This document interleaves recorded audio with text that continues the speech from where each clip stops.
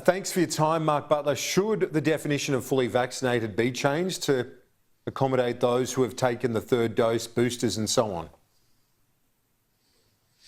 Well, I think the point that Premier Andrews made, Danielle Andrews from Victoria made, is that the health advice really since the emergence of Omicron very shortly after was that you needed that booster dose to give you the level of immunity that frankly we were getting from 2 doses of the vaccines for all of the previous variants, including the Delta variant. So there's no question from a health perspective, you need to get 3 doses. Time and time again, we're reading research papers from around the world that are confirming that. And as a number of the people you had on your show just then have indicated, that's been our experience over summer, that people with booster doses have come through this disastrous 4th wave much better than the vast majority of the population who unfortunately still haven't got that 3rd dose. I mean, we are well behind the rest of the developed world. Still less than 30% of the population have had the booster dose, one of the slowest rates in the developed world. We need to pick that up drastically. Is ATAGI too slow when it comes to things like this? When you've said, and the premiers have said it, Liberal, Labor premiers have said, the international evidence is clear. Are our medical officials here too slow? Well, no, I'm not going to criticise ATAGI. I think ATAGI and all of the other bodies, TGA and others that have been helping steer us through this incredibly difficult period over the last couple of years have worked hard, done a very good job. My criticism, frankly, is about the delivery, really, the follow-up by the Commonwealth Government about some of these programs. As I said, we've got one of the slowest booster rollouts in the developed world. It is extraordinary, I think, that still the aged care sector has not had their booster program completed. You know, months after it started, still there are hundreds of aged care facilities that have not had their booster programs completed. That's why we're seeing such terrible outcomes in the aged care sector. We've lost almost the same number of lives in aged care from COVID this month that we lost in the entire 2021. So I really am critical of the federal government just being too slow and putting in place activity that is too little too late for fundamental elements of our COVID response like a booster shot. So if and I understand why you're not going to criticise the officials, that's fair enough, but when you look to things like the rapid antigen tests, and I was reading through it today, there are several Australian-made rapid antigen tests that aren't approved for use, but they're being exported in the tens of millions of doses of tests. Why is there that delay in approval? It just beggars belief. It just beggars belief. Well, it's not just a question of TGA approval. Let's go into that. A lot of those companies spoke to the government back, not last year, but the year before last. They said that as this pandemic develops, we're going to need to shift at some point in time to rapid testing, at-home testing rather than the much more formal PCR testing that people will be more familiar with. That was very clear. It was what was happening around the world. And a number of companies said that they wanted to set up manufacturing operations here in Australia to be able to supply the Australian government with sufficient supply to satisfy the demand in the Australian community when that shift happened.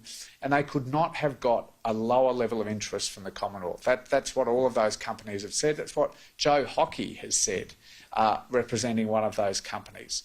So the problem was these companies instead set up their manufacturing operations around demand overseas. They had no interest here from the Australian government. They had contracts to supply millions of rapid tests to the US government. So you have the extraordinary situation where you have factories in Australia churning out millions of rapid tests, which they are then sending overseas because it was overseas governments, the US, for example, back last February, contracted with this provider in Brisbane to buy their tests when the Australian government showed no interest whatsoever. But isn't it fundamentally here in Australia with the bureaucrats not?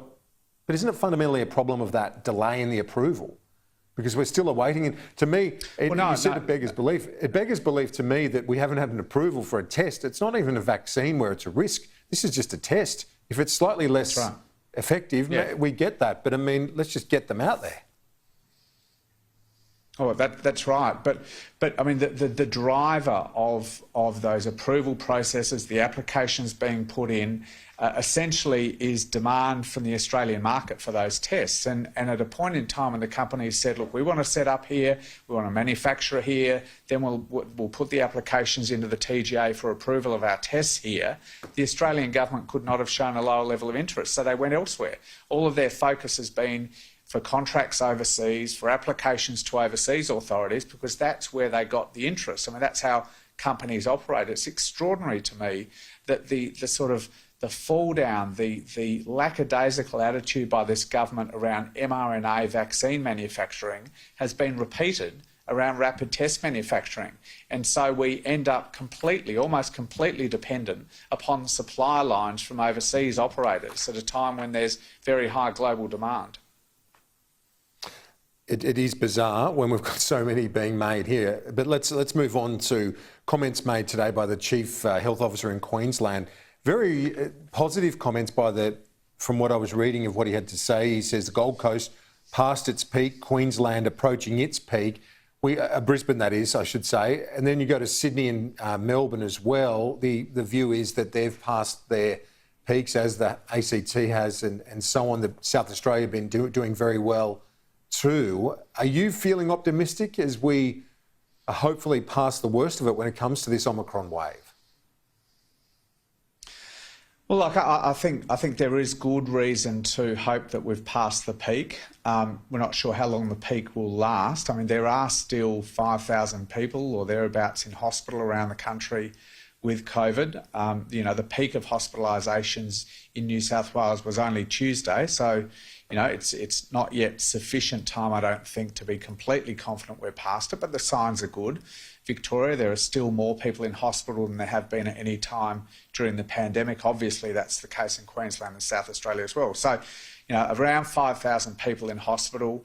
Over the last 2 days alone, more than 150 people have lost their lives. So, dozens of Australians are losing their lives every day to this disease. And, there's no sense that is going to drop off very, very soon, because there's obviously the lag factor there. So, I think there is good reason to hope we've passed the peak, but that's not to say that there's not a very serious crisis still gripping the country. I mean, this is a very serious wave we're facing.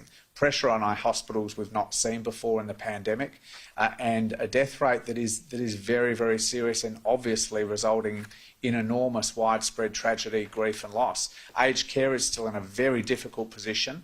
There are outbreaks in hundreds and hundreds of facilities. Hundreds of people in aged care have died, over 200 just this month alone. They can't get the rapid tests they were promised. They're having difficulty getting PPE. And next week, I don't think still that there's really confidence among Australian parents that there's the national plan to guarantee as far as we possibly can that school returns safely. Still only 1 in 3 primary school aged children have been given their first dose of the vaccine. There's no national plan from Scott Morrison to make sure that teachers and school support officers have all received their booster shot. There's no national plan for ventilation, mask wearing protocols and so on and so forth, because yet again Scott Morrison said, well, that's not my job. That's the job of the states yet again. So yes, let's be hopeful that we've passed the peak, we've passed the worst of this period, at least in case numbers. But frankly, there is still a lot of tragedy, a lot of pressure on our hospitals, and a bit of a way to go yet, I think. And just quickly, we're almost out of time, but in terms of rationing what we do have in terms of the rapid antigen tests, I know the supply is still well short of demand at the moment, but what needs to be the priority, in your view, as to where these tests go right now? Well, pretty much the same priorities we've had right through the pandemic. I mean, they're guided by good health advice. The people in our community most vulnerable to this variant, the Omicron variant, are still older Australians, particularly those in aged care facilities. The fact that they're not widely available in aged care, and that's what aged care workers and providers do say across the country, is extraordinary. The fact that the Australian of the Year had to make the call on Australia Day, or the eve of Australia Day, for all NDIS recipients to receive rapid tests free of charge, again reinforces the vulnerability of many Australians living with disability. The fact they're way behind on vaccines and so on as well. So, we do need to recognise there are parts of our population who are particularly vulnerable. But I do say again, the Prime Minister was warned many months ago that we were going to need huge supplies of rapid tests. And the fact that we are in a position as a country of having to think about rationing these things just reflects the failure of Scott Morrison to listen to that advice and to take responsibility to ensure an adequate supply. Mark Butler, thanks for your time. Thanks, Kieran.